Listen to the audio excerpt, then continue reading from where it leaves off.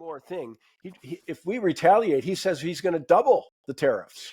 Yeah, so there's two things I want to emphasize there related to what you just said. So I'll start with the second one, which is a little bit simpler. So yeah, so he did say, and in fact, the executive order that the president signed on Saturday that has been delayed for, in the case of Canada and Mexico, it does have a clause that says if Canada or Mexico retaliate, he's going to escalate.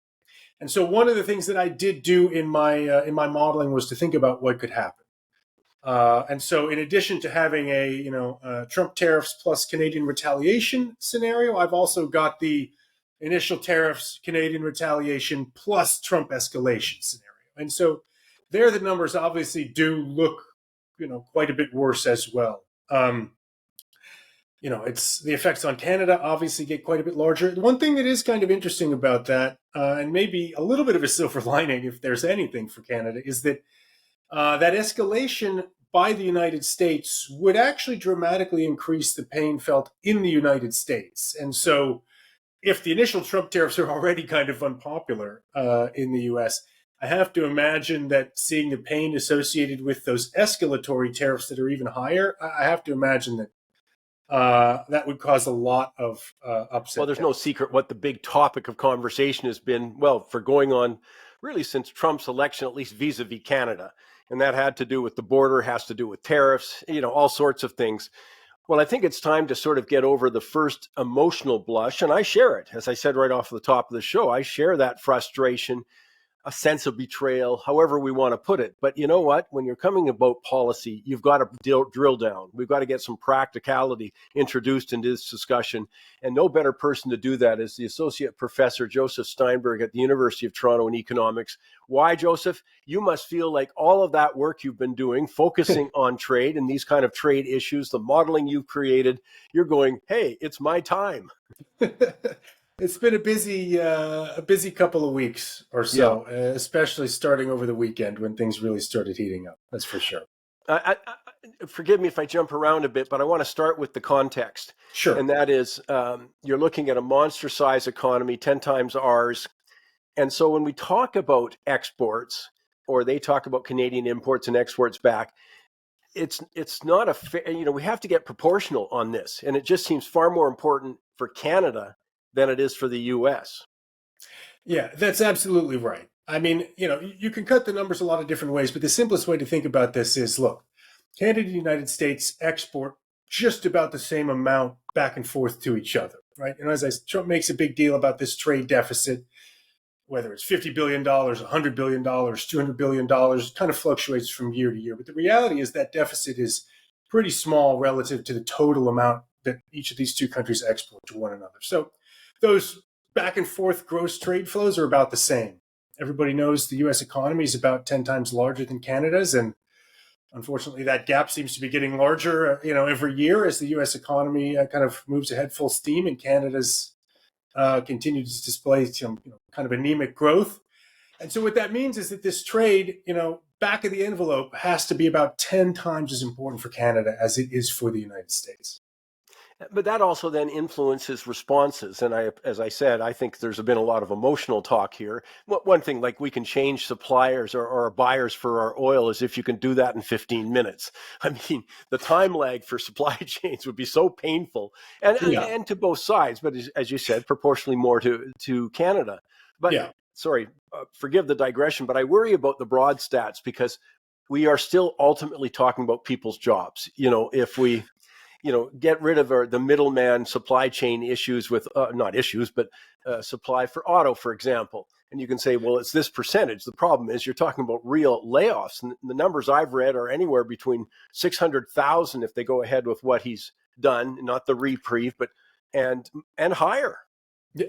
Yeah, I mean, it's hard to say exactly how many job losses there could be, especially in that auto sector. I think, we have, given the predominance of unions in the auto sector, I think there's a chance that depending on, how long this trade war ended up going on, if it actually does start, I think there's a good chance that if it doesn't last for very long, a lot of those jobs, I think we could see them, we could hold on to a lot of those jobs.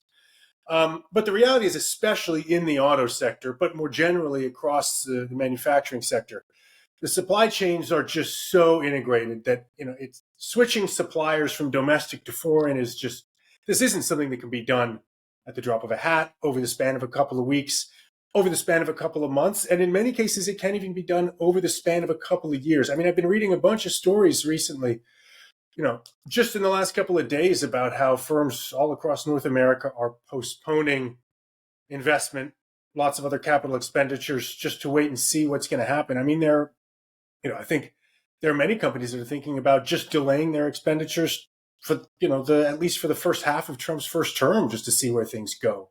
Well, Because they know that they can't switch, they just cannot rejigger their supply chains, in any kind of short-term way. I in fact know one personally. I only know one, directly, though someone talked to me yesterday Yeah, of about that course. very thing. The other thing that worries me is, firms saying, I don't need this. I will relocate to the U.S. I mean, yeah, no, that's a concern as well. I mean, I think that's a concern, obviously, for Canadian firms that primarily serve the United States. mhm. Absolutely. But to some degree, it's potentially a concern for, for firms that also have a lot of Canadian customers. But, they see the potential for tariffs on the, intermediate inputs that they use, going back and forth across the border. They see, the likelihood of Trump doing this kind of thing. It might be safer to just be located in the U.S. and, be able to serve our Canadian customers the way that, however we're able, but, not to have to worry about how much it's going to cost us to produce our product if we're, just kind of locating the most of our production in the United States.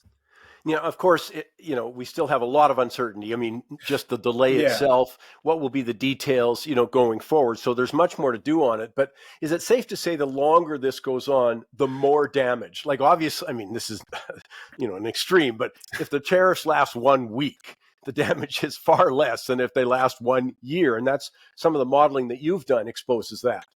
Yeah, that's absolutely right. So that's kind of the first takeaway from the modeling that I've done is precisely that. It's, look, the longer suppose the tariffs do get put in place, by President Trump, and regardless of whether we retaliate or not, the longer those tariffs are put in place on our products going south of the border, it is going to get worse and worse for Canada and Mexico. Conversely, it's not going to get all that much worse for the United States. And basically, the reason for this is the U.S. is putting, tariffs on products coming in, and, U.S. consumers are largely going to have to bear the brunt of that starting right away. To the extent that there's going to be some pain in the U.S., and my modeling says that there would be, that's going to feed through into prices relatively quickly. But the problem for Canada and Mexico is the following. President Trump is putting tariffs on imports coming in from Canada and Mexico, and those products get transformed, upgraded, rearranged by factories in the United States, and then they go back north or south of the border. That's especially true in the auto sector, right, where parts cross the border many times. In some cases, you see part get imported from Southeast Asia, enter the United States, go down into Mexico to get worked on a little bit, up into the U.S., cross the border into Canada, back down south, back up north, right? And so the more times this happens, the more times tariffs are being levied on that kind of part that has been embedded into an automotive. And so the longer this goes on, the more that's going to happen, and the more costly the intermediate inputs that Canadian producers need to buy from the United States are going to get, because those products are going to get more and more expensive the kind of longer this goes on. Let's come back to retaliation. And Sure. again, to put some perspective on it, I must say right out of the gate, I said, are we sure we want to retaliate? My example was oil and gas. Why don't you throw 25%, Mr. Trump or President Trump on 25 and have all your people pay more for gas, more for diesel, jet fuel, your heavy crude refineries are in trouble, and see how you like it. Exactly. I wasn't convinced that the response, and we got a lot of it saying, oh, let's just not sell them oil and gas because it's so important. I'm going, well, that hurts an awful lot. Can we at least do a cost benefit analysis of that? Yeah, that's right. Yeah, so that is kind of the second part of what I've done. So the kind of first pass at my modeling was, look, let's just think about what happens if President Trump puts these tariffs on our products and we don't do anything. Yeah, and that's bad, as you've seen in the article. Mhm.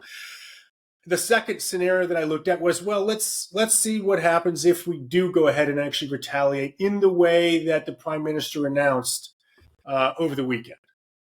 Now, one thing that is, somewhat positive about that retaliation package, I will say, is that it is primarily focused on consumer products. The biggest category is food and beverages. And so what that means is that these tariffs are, if we do retaliate and put tariffs on those things, it is going to make some of the products that our consumers buy, at the grocery store more expensive. But the fact that we're not going to focus so much on those intermediate inputs that are used in the auto sector and the rest of the manufacturing sector means that it's not going to hurt us quite so much in terms of an increase in producer prices broadly across the board. That is a positive. Now, the downside of that, of course, is in terms of the kind of leverage that retaliation package creates, it's fairly minimal. Yeah. It doesn't really inflict too much pain on the United States itself. The vast majority of the pain from that retaliation package is, in fact, going to be felt by us. And so the way that I'd like to see it is the following. My calculations say the Trump tariffs themselves, the effects are going to be about 5 times larger for the Canadian economy than for the U.S. economy. And again, that difference is going to get more pronounced the longer it goes on. You flip things around and talk about the retaliation package, the numbers are actually about the same. The effects of that retaliation package are going to be about 5 times larger for the Canadian economy than for the U.S. economy. And, you can expand the retaliation package, apply more broadly across the board to all products, both consumer products as well as those intermediate inputs. That would have more effect on the U.S. economy. But of course, the downside is the effects are going to be much larger for us as well. I mean, I think what has been widely appreciated is there's no winner in a trade war. Absolutely. But there's the most effective way to go forward. And, Yeah. With understanding, the kind of research that you've done, I hope I'll recommend to all our MPs to consult with you. Look, and I'd love to hear from them. I haven't heard yet, but well, they're back. they're busy. I understand. No, but forgive this comment. But research-based policy isn't their strength. So that was me saying No it. comment. Not Professor Steinberg. But okay, so you just alluded to this, and I think that's the key, because now we're going forward. We've got this period. We're in suspension right now, but we should be preparing for more of this. And I want to come back to something you said. It's probably good policy that we are targeting American consumer goods, but it's also not the most effective. And that seems to be the dilemma. I'm just going by some of the polls. Angus Reid did a poll showing that absolutely, even Trump supporters do not support tariffs that will increase the cost of gas. So it seems that, and all of us understand that, gas is a huge issue. And it seems to me that would be the most effective in terms of immediate pain, especially if we did a marketing campaign around it saying, your tariffs on Canada are costing you 25 to 75 cents at the pump. Exactly. But as you said, I mean, the pain of that, I just said, well, we got to do the calculations. Are we willing to endure that kind of pain? Yeah, and the problem for gas, and this is not so much true for you guys out on the West Coast, but for us over here on the East Coast, the problem with the gas is that, the gas that we buy at the pump is refined in the U.S. by and large. It's our crude oil, shipped down south, and then refined and then sent back up. And so we have to, the pain that the U.S. consumers are paying at the pump from this, it gets reflected right back around to us as well. So those increases in gasoline prices in the U.S., from tariffs, they actually show up for us as well, which is, that's also something that I think is really important to consider. Yeah, and it's a reminder of how complicated it is, as you alluded to earlier with the auto parts. You cry. I mean, are they going to put? And I think they are. The plan is to put the tariff on. Like if a part came from Mexico, he'll throw the tariff on that. We bring it into Canada, and let's say we have a retaliatory tariff. send it back to the States. He'll put another tariff on that. But the escalation of the cost could be very dramatic on these that crisscross, as you just alluded to with oil, for example, refined products. Yeah, I mean, the estimates I've seen are, going from an absolute lower bound of, an increase in the cost of passenger cars of about $3,000 at an absolute lower bound. I would Mhm. anticipate it probably would be larger than that. I think the reality is that, in the auto sector especially, a lot of the effects are not going to be coming just from the increased cost of production, which, as you said, it's going to get kind of amplified every time those products cross back and forth across the border. You can't just think about an increase in 25% and leave it there. It really is going to be quite a bit larger than that because those things do cross the border many times. But there's also just, the auto sector, again, it is so hard to, rearrange the structure of production in that industry, especially internationally, that I think you'd have to anticipate production just being shut down entirely for weeks in order to try to figure things out. And that is obviously going to be a huge supply shock to the auto industry. I'd anticipate prices going up a ton as a result of that as well. Let's finish off with a couple of things here. And again, I'm looking at the impact on Canadians. I've already seen, the debate over, the Canadian dollar, which has been in a period of weakness anyways, well Yeah. before this, how it could be impacted. But I want to ask you, and again, just put your crystal ball, shine it up. And it's very difficult with President Trump because he is all over the map a lot of times.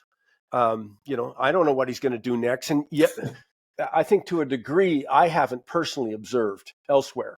I may have policies I disagree with, but you sort of go, which one is which? What's this trade war about? But do you think we're looking at the potential for a real change in the international trade system when it's being used as a political weapon, as Trump did down in Colombia, for example? Take back your illegals, or we're going to slap this on. And sorry, I'm all over, but one more thing. If we retaliate, he says he's going to double the tariffs. Yeah, so there's two things I want to emphasize there related to what you just said. So I'll start with the second one, which is a little bit simpler. So yeah, so he did say, and in fact, the executive order that the president signed on Saturday that has been delayed for, in the case of Canada and Mexico, it does have a clause that says if Canada or Mexico retaliate, he's going to escalate. And so one of the things that I did do in my modeling was to think about what could happen. And so, in addition to having a Trump tariffs plus Canadian retaliation scenario, I've also got the initial tariffs, Canadian retaliation plus Trump escalation scenario. And so, there the numbers obviously do look, quite a bit worse as well. It's the effects on Canada obviously get quite a bit larger. One thing that is kind of interesting about that, and maybe a little bit of a silver lining, if there's anything for Canada, is that that escalation by the United States would actually dramatically increase the pain felt in the United States. And so, if the initial Trump tariffs are already kind of unpopular in the US, I have to imagine that seeing the pain associated with those escalatory tariffs that are even higher, I have to imagine that that would cause a lot of upset down south. So that's the first thing I wanted to say. The second thing I wanted to say that's related to what you just said is a broader, bigger picture point that I think is really important and I think is well appreciated by a lot of economists, but I think more broadly people haven't quite started to appreciate yet, which is exactly what you said, that the way that President Trump is kind of rethinking what trade policy should be used for, treating it as a negotiating tactic rather than something to try to foster, deeper integration and more productive economies and just higher living standards. As a byproduct of that, he is just creating a big increase in the amount of uncertainty about what the future of U.S. trade policy looks like. The future of U.S. trade policy towards Canada and Mexico and China, but also towards, he's talking about tariffs on the European Union, talking about tariffs on, chips from Taiwan. By creating this uncertainty, what he is doing is destroying the credibility of the United States commitments to its, past international trade agreements, but also the potential credibility about any, agreements that might be made in the future. And a lot of research, including some of my own research, suggests that it's just this uncertainty about what that future trade policy could look like can have really big negative effects today. I think you're seeing that, some, mutterings about that already in terms of firms just saying, look, we're going to delay capital investments for a couple of months or even a couple of years just to see what happens with, the first half of Trump's term. Maybe the midterm elections will change the balance of power. But until then, it's just not even worth getting into the market.